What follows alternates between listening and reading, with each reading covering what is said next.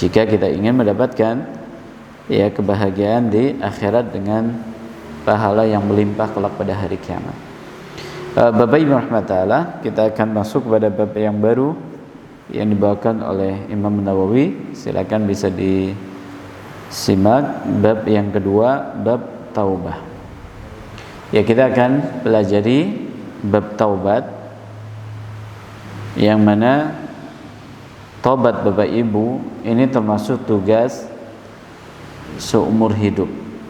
Bertobat kepada Allah ini tugas seumur hidup, tidak terputus dari masa ke masa, dari waktu ke waktu, dari umur ke umur. Ini selagi hayat masih dikandung badan, tugas bertobat kepada Allah ini senantiasa wajib untuk kita jalankan. Mengapa demikian? Dikarenakan kita manusia sedikit banyak selalu berbuat dosa. Kita manusia Bapak Ibu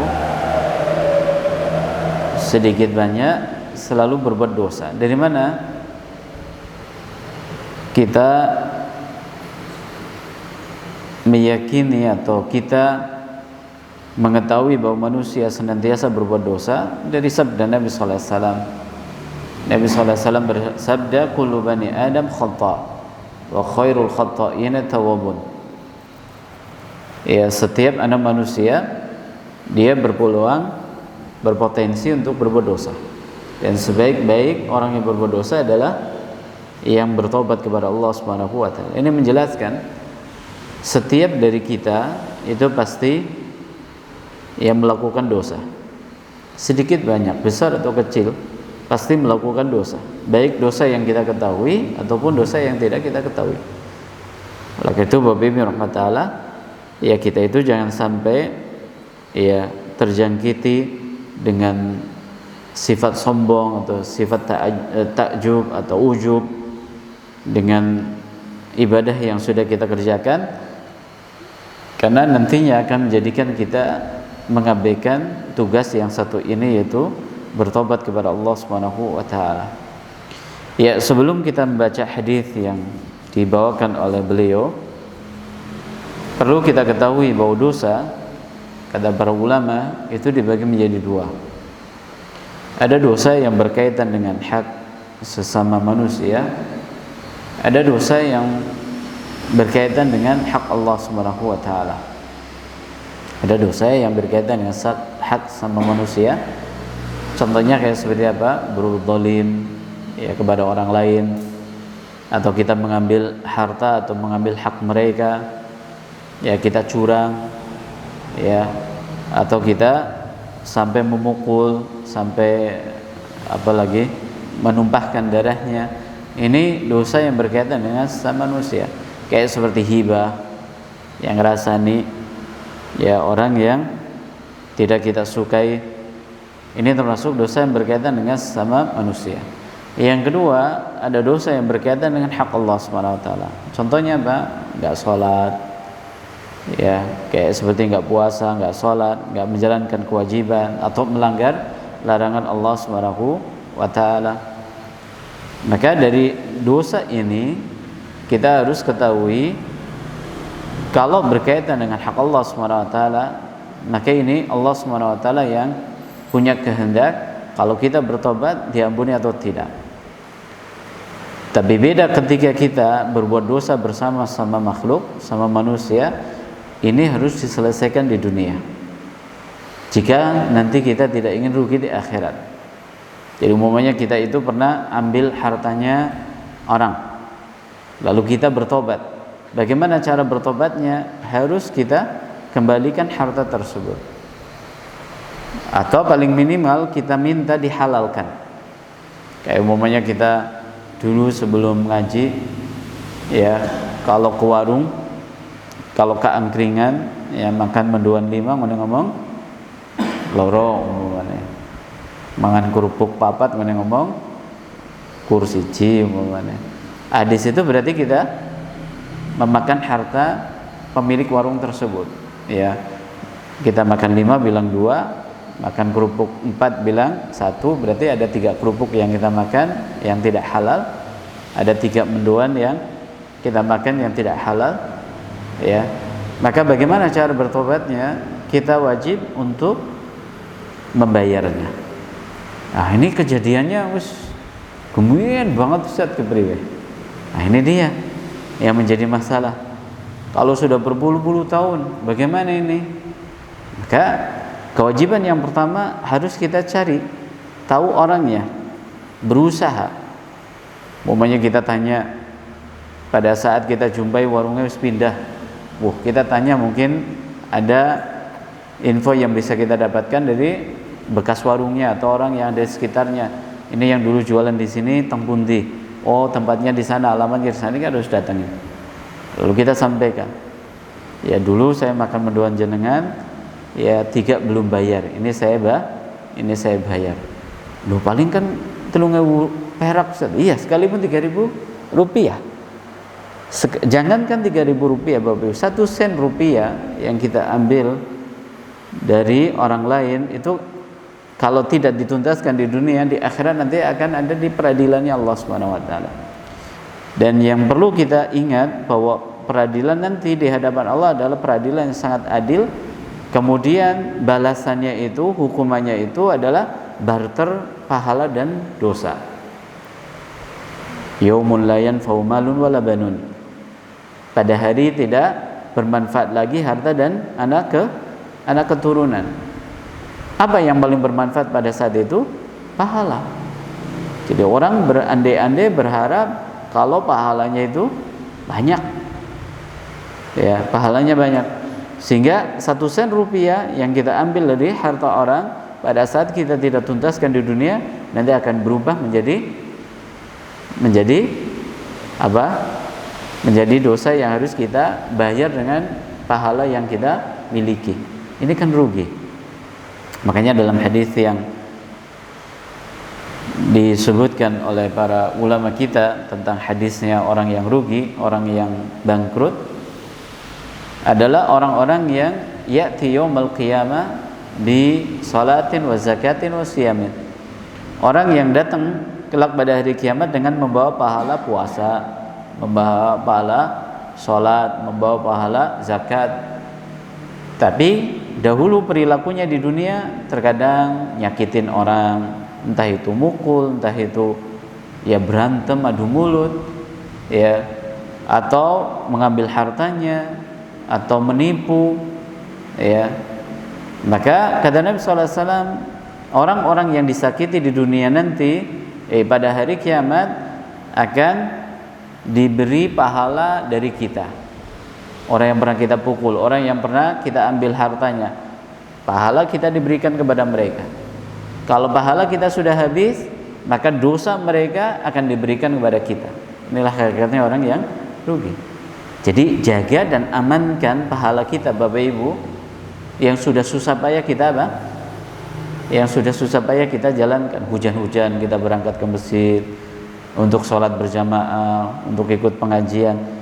Ini amankan pahalanya, yaitu dari sisi perilaku, dari sisi ya sikap perbuatan dalam kehidupan di dunia ini. Jangan sampai kita itu bermudah-mudahan dalam berbuat dosa, terutama dosa yang berkaitan dengan sesama manusia. Karena tadi ya buntutnya panjang. Jadi dosa yang kita lakukan bersama orang itu buntutnya panjang. Kayak seperti ketika kita berbatasan tanah dengan orang, dengan tetangga. Jangan sampai kita itu menzalimi tetangga kita dengan menggerakkan batas tanah kita. Ya ngesuk 5 cm, ngesuk 5 cm. Nah, ini ingat ya bahwa apa yang kita lakukan adalah satu perbuatan yang menyakiti tetangga, menzalimi tetangga, kelak pada hari kiamat akan ada balasannya dari Allah Subhanahu wa taala. Oleh karena itu orang yang beriman adalah orang yang dia itu tidak pernah merasa rugi ketika dia itu dizalimi oleh orang. Bahkan sebagian ulama mengatakan orang yang dizalimi oleh orang berarti dia mendapatkan pahala gratis. Tapi bukan maknanya minta untuk dizalimi itu, tapi ini untuk hiburan.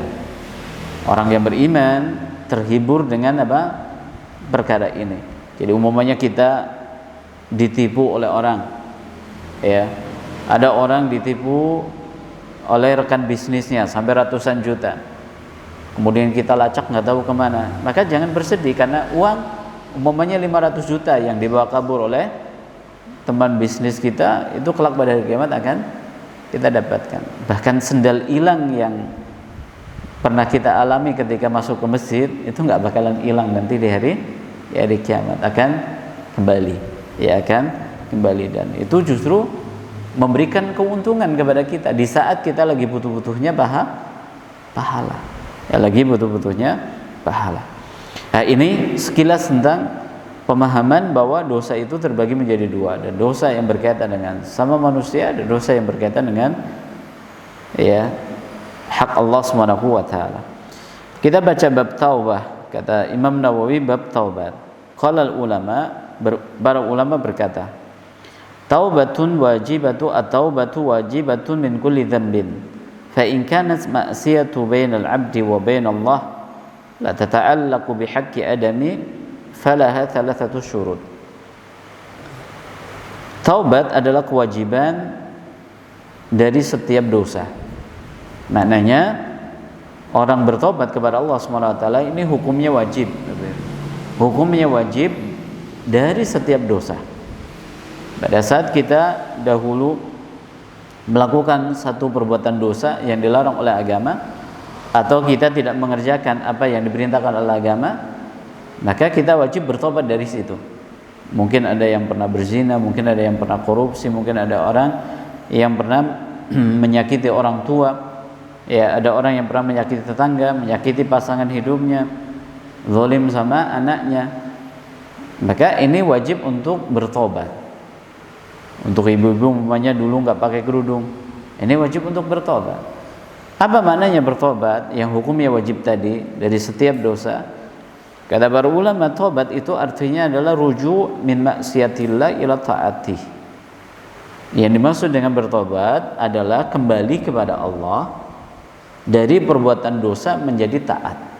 Jadi dikatakan orang bertobat adalah ketika dia meninggalkan dosanya, kemudian dia sekarang berubah menjadi taat. Umpamanya yang dahulu suka menyakiti ya istri atau pasangan hidupnya, maka kita balik, yang dulu suka menyakiti sekarang lebih menyayangi. Yang dahulu durhaka sama orang tua, dikatakan bertobat berarti sebaliknya menjadi berbakti kepada orang tua. Yang dahulu dia suka memakan harta orang, dia nggak ambil peduli dari mana harta dia ambil, maka dia bertobat dengan cara selalu selektif di dalam ya mencari harta. Dia memastikan bahwa harta yang masuk ke rekeningnya, harta yang masuk ke kantongnya adalah halal. Itu namanya apa? Taubat. Ya, ini namanya taubat. Dan taubat yang terbesar, yang paling wajib adalah bertobatnya seseorang dari kekufuran kepada Allah kepada keimanan. Yang dahulunya ya hidup kayak seperti nggak kenal Tuhan, nggak kenal aturan agama, maka setelah itu dia bertobat kembali kepada aturan agama Allah SWT. Ini yang paling besar. Ini tobat yang paling besar. Kemudian dosa itu ada dua, selain dari lihat objeknya tadi. Sekarang ada dosa besar, ada dosa kecil. Kita wajib bertobat dari dosa besar sebagaimana kita wajib bertobat dari dosa kecil. Dosa besar contohnya apa? Ya, judi, mabok, kemudian apa? Zalim sama orang, ya, membunuh orang, mukul orang, ya, hibah sama tetangga, hibahin tetangga, sombong, ya. Itu termasuk dosa besar. Dosa kecil apa? Dosa kecil lebih rata-rata kepada perkara mubah yang berlebih. Perkara mubah yang berlebih, kayak seperti terlalu berlebih dalam nonton, terlalu berlebih dalam main HP, itu termasuk dosa kecil. Yang kalau dosa kecil ini dilakukan secara terus-menerus akan berubah menjadi dosa besar. Maka di zaman kita, terutama ketika kita berinteraksi dengan HP, kita harus batasi waktunya. Jangan sampai kita waktunya dihabiskan untuk full pegang HP. Ya. Kemudian kata beliau, fa in kanat ma'siyatu bainal 'abdi wa bainallah la tata'allaqu bihaqqin adami fala thalathatu syurut. Ketika ada orang yang ingin bertobat kepada Allah yang dosanya berkaitan antara dirinya dengan Allah, dosanya ini berkaitan dengan Allah SWT, tidak berkaitan dengan hak adami, maka ada 3 syarat yang harus dipenuhi. Ini diistilahkan dengan taubat nasuha. Allah SWT perintahkan kepada kita, ya ayyuhalladzina amanu tubu ilallahi taubatan nasuha. Wahai orang-orang yang beriman, bertobatlah kepada Allah, kembalilah kepada Allah dengan taubat nasuha. Bukan taubat sambel. Ya. Pagi dia makan sambel, kepedesan, bilang enggak bakalan makan sambel lagi. Sore hari ketika makan pakai sambel, dia cari sambel lagi. Itu makna dari taubat sambel. Ya, jangan sampai kita itu seperti itu. Dia bilangnya tidak ingin mengulangi lagi, menzalimi orang, menyakiti orang, tapi diulangi lagi. Ini jangan sampai. Syaratnya apa taubat nasuha? Ada 3. Yang pertama, ayuqli anil maksiyah. Dikatakan taubat nasuha kalau dia betul-betul meninggalkan dosa tersebut. Meninggalkan dosa tersebut. Ini taubat nasuha. Dia wajib untuk meninggalkan dosa yang dia ingin tinggalkan. Umpamanya ada orang, dia itu ingin bertobat dari judi, maka dikatakan bertobat kalau dia betul-betul enggak mau berjudi lagi, enggak mau berjudi lagi. Demikian pula orang yang ingin bertobat dari minum-minuman keras, maka dikatakan bertobat ketika dia tinggalkan minuman keras tersebut. Dia bertobat dari hibah, ngerasain orang, gosipin orang, dikatakan bertobat ketika dia meninggalkan perbuatan dosa tersebut. Ini syarat yang pertama. Syarat yang kedua, ayan dima ala fi'liha, harus disertai dengan penyesalan. Ya, harus disertai dengan penyesalan. Jadi dikatakan orang bertobat dengan taubat nasuha kalau dia menyesali perbuatannya. Kalau belum ada penyesalan, berarti dia belum dikatakan bertobat. Ini perhatikan. Umpamanya ada orang ingin bertobat dari enggak sholat, ingin sholat. Ya, awalnya dia enggak sholat, kemudian dia bertobat sholat. Maka dikatakan taubat nasuha kalau ada penyesalan. Dia menyesali kenapa dahulu dia enggak sholat. Dia menyesali dengan dosa yang sangat besar tersebut. Ya, meninggalkan sholat itu dosa besar. Ya, meninggalkan sholat termasuk dosa besar. Ini syarat yang kedua. Dalam taubat nasuha harus disertai dengan penyesalan. Yang pertama apa? Wajib meninggalkan perbuatan dosa tersebut. Wa tsalits, yang ketiga, ayazima alla ya'uda ilaiha abada. Dia bertekad, dia berazam untuk tidak mengulanginya kembali. Ini namanya taubat nasuha. Dia berusaha sekuat mungkin untuk tidak kembali mengulangi perbuatan dosanya. Ini taubat nasuha. Karena yang namanya dosa, Bapak Ibu, yang dilakukan oleh seorang itu akan memberikan efek ke dalam hatinya. Disebutkan dalam sebuah hadis, orang yang berbuat dosa maka akan membekas noda hitam di hatinya. Jika dia tidak bertobat, maka ketika ada dosa yang kedua akan membekas menjadi noda hitam kedua. Demikian seterusnya. Sampai kalau nggak pernah dia bertobat, akan membuat hatinya hitam pekat. Sampai digambarkan oleh Nabi SAW seperti bagian bawah panci, hitamnya. Efeknya bagaimana? Orang kalau sudah hatinya seperti ini, dia akan membatu hatinya. Kalau hatinya sudah membatu, mau dikasih nasihat apapun nggak bakalan mempan. Dia nggak akan mampu ditembus dengan nasihat, dibacakan ayat, dibacakan hadis, susah. Bahkan orang yang hatinya seperti ini Bapak Ibu, dia hidupnya akan terbalik. Terbalik dari sisi apa? Yang buruk dianggap baik, yang baik dianggap buruk. Ya contohnya ada orang yang hidupnya ya bertolak belakang dengan fitrah. Ya wis akeh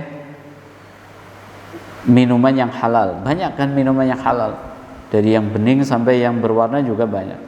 Tapi dia lebih suka dengan minuman yang memabukkan. Ini kan keluar dari fitrahnya.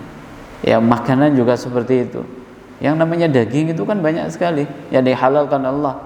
Tapi dia lebih suka dengan daging apa? Daging anjing. Ada orang-orang yang seperti itu. Bahkan yang na'udzubillah, ya mereka ketika membunuh anjing, katanya konon ya supaya nanti dagingnya enak, itu nggak disembelih. Dengan cara dia apa? Ada yang dipukul, ada yang dicekik, ya seperti itu. Na'udzubillah, ini sudah keluar dari apa? Fitrah. Keluar dari fitrah. Kayak seperti orang yang dia terjatuh dalam dosa zina. Ini istrinya ada di rumah. Ya, halal, sah, bahkan berpahala kalau apa? Menyalurkan hasrat biologisnya. Tapi dia lebih suka dengan yang bukan pasangannya. Seperti itu.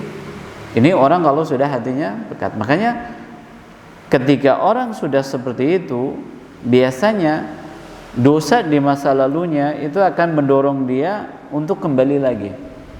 Ini tantangan orang yang ingin hijrah, yang ingin bertobat dengan tobat nasuha. Kayak umpamanya kita dulu di masa muda pernah melakukan dosa ini dan itu. Sekalipun sekarang sudah sholat, sudah ya banyak bertobat kepada Allah, istighfar, menyesali, tapi tetap memori dosa di masa lalu itu terkadang apa? Muncul kembali. Yang kalau kita tidak punya azam, nggak punya tekad yang kuat, biasanya akan mengulangi kembali. Dan memang seperti itu cara Allah untuk menguji keimanan orang yang bertobat. Makanya orang-orang yang hijrah, orang-orang yang bertobat kepada Allah Subhanahu wa taala akan diuji Allah Subhanahu wa taala. Ahasiban nas ayaqulu amana wa hum ahasiban nas ayutraku gimana ayatnya dalam surat apa? Al-Ankabut. Ahasiban nasu ayutraku ayaqula amana wa hum la yuftanun. Apakah manusia mengira akan dibiarkan mengatakan kami beriman kemudian tidak diuji? Tidak mungkin.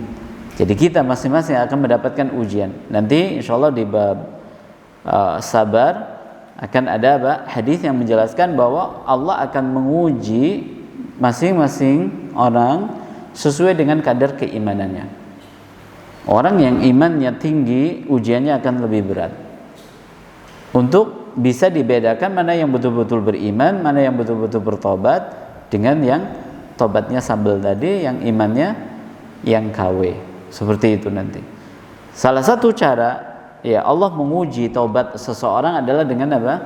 Dengan efek dari dosa yang dilakukan. Makanya para ulama mengingatkan kayak seperti Imam Al-Qayyim dalam kitabnya Dawud Dawa, bahwa efek daripada dosa ini merugikan, dia bagaikan racun. Sekalipun kalau racun masuk ke tubuh itu bisa diobati, bisa dinetralkan, tapi efeknya tetap ada. Dosa juga seperti itu. Jadi dia berkelanjutan, efeknya terus sampai sampai meninggal dunia. Itu dosa. Bahkan sampai mempengaruhi orang yang sedang sakaratul maut. Disebutkan oleh para ulama kita, ada orang-orang ketika meninggal dunia pada saat sakaratul maut, bukannya dia mengucapkan la ilaha illallah, tapi yang dia ucapkan adalah tentang kebiasaannya, yaitu suka melakukan perbuatan dosa ketika sedang sendirian. Ada disebutkan oleh Ibnu Qayyim, ada orang di talqin ketika sedang sakaratul maut untuk mengucapkan la ilaha illallah, yang diucapkan terakhir kali adalah skakmat. Skakmat, apa ini? Karena dia punya kebiasaan main catur. ya dia punya kebiasaan main catur. Maka hati-hati Bapak Ibu. Ya. Kebiasaan yang berlebih itu akan memberi pengaruh ketika kita sedang sakaratul maut. Ya. Dosa juga akan memberikan pengaruh ketika kita sedang sakaratul maut. Maka sebelum itu semuanya terjadi, ini caranya. Kita bertekad, ya kita punya niat yang kuat untuk tidak mengulanginya kembali. Di dalam doa istiftah yang kita baca, di antara salah satu redaksi yang diajarkan oleh Nabi adalah Allahumma ba'id baini wa baina khataayaya kama ba'adta bainal masyriqi wal maghrib. Allahumma naqini min khataayaya kama yunaqath thawbul abyadu minad danas. Di kalimat ini Bapak Ibu, Allahumma naqini, ya Allah bersihkanlah, sucikanlah, ya, min khataayaya, dari dosa-dosa yang hamba kerjakan, kama yunaqa, sebagaimana dibersihkannya thawbul abyad minad danas, pakaian putih bersih dari noda. Pakaian putih bersih dari noda. Di sini Nabi sallallahu alaihi wasallam mengajarkan kepada kita untuk memohon kepada Allah dibersihkannya dosa seperti dibersihkannya pakaian putih dari noda. Ya, umpamanya kita punya baju putih, kemudian kita makan yang berkuah, ada yang jatuh ke pakaian kita. Bagaimana cara menghilangkannya? Tergantung. Kalau nodanya bandel, kan direndam dulu pakai deterjen. Ketika kita sudah rendam semalaman, ternyata belum hilang, disikat kan dia? Disikat. Ternyata belum hilang juga, dikucek, nggak hilang juga. Diapain? Dikasih Baiklin, ya. Ternyata belum hilang juga. Dosa seperti itu Bapak Ibu. Dosa sekalipun orang sudah bertobat, tetap akan ada bekasnya di dalam hati kita. Akan ada bekasnya di dalam hati kita. Dan seperti kayak tadi, ada pakaian putih terkena noda, kadang perlu disikat. Makanya orang bertobat itu memang butuh apa? Cara-cara khusus supaya dia betul-betul meninggalkan. Ya, betul-betul meninggalkan. Enggak bisa dia melakukan dengan cara yang biasa. Mungkin dengan cara yang lebih keras lagi. Seperti halnya noda yang membandel tadi. Itu orang bertobat. Kayak umpamanya gini, ada orang sudah kecanduan. Ya, ada orang yang sudah kecanduan. Mungkin ada orang yang kecanduan dari tontonan film yang enggak baik. Ya, film yang enggak boleh untuk dilihat.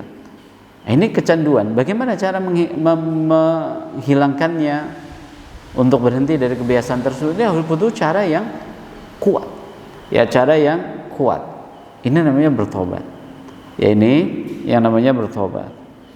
Ini 3 syarat yang mana kata Imam Nawawi, kalau orang ingin bertobat dengan taubat nasuha, jika dosanya berkaitan dengan hak Allah. Yang pertama wajib meninggalkan. Yang kedua, wajib untuk menyesali. Yang ketiga, wajib untuk bertekad, atau dia bertekad secara kuat untuk tidak mengulanginya kembali. Ya. Wa in kanat ma'siyatu tata'allaqu bi adami fa syurutuhu wa syurutuha arba'ah. Hadhihi salasa wa ayabra'a min haqqi sahibiha. Sekarang kalau dosanya berkaitan dengan sesama manusia, maka syaratnya menjadi 4. 3 tadi ditambah 1. Apa itu? Yaitu minta untuk dihalalkan dari pemiliknya. Fa in kanat malan, jika itu berupa harta, au nahwahu raddahu ilaihi, atau dia kembalikan. Jadi umumnya kita pernah ngambil harta orang, kita wajib untuk kembalikan. Kita pernah utang nggak bayar, ini dosa besar, ya. Maka wajib kita bayar hutangnya, dikembalikan kepada orangnya. Seperti tadi kita sampaikan contoh, cari alamatnya semampu kita. Bagaimana kalau tidak ditemukan setelah kita mencari ke sana kemari? Kata para ulama, kita niatkan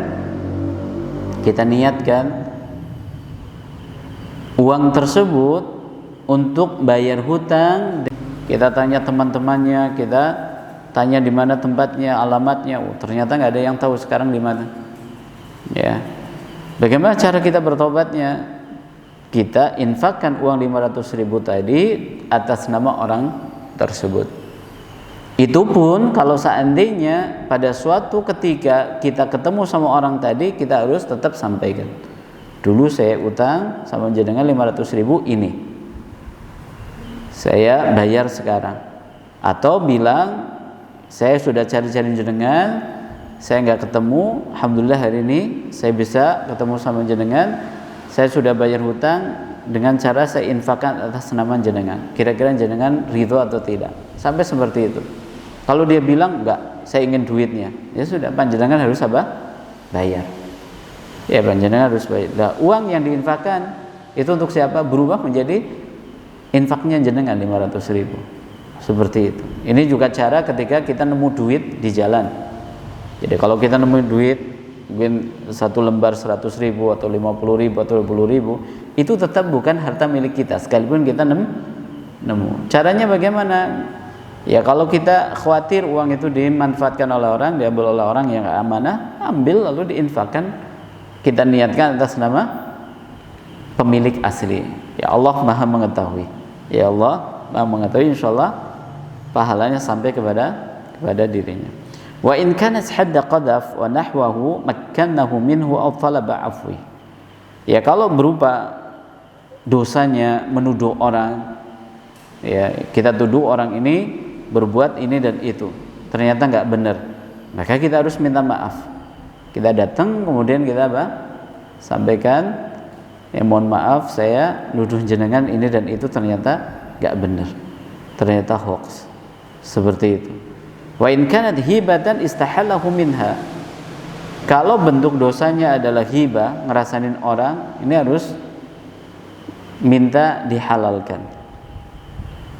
Ya, minta dihalalkan. Jadi kita datang orang yang kita hibai, lalu kita bilang mohon maaf, ya saya sudah ngerasain jenengan, mohon dimaafkan. Oh, jebulen jenengan sing suka gawe kuping panas ya. Ya nggak apa-apa, kalau seandainya kita disemprot sama orang tadi, ya itu risiko.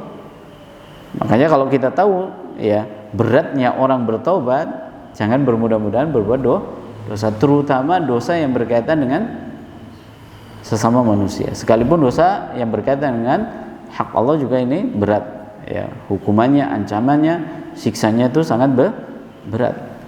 Apalagi kalau yang berupa apa? Dosa berkaitan dengan sama manusia.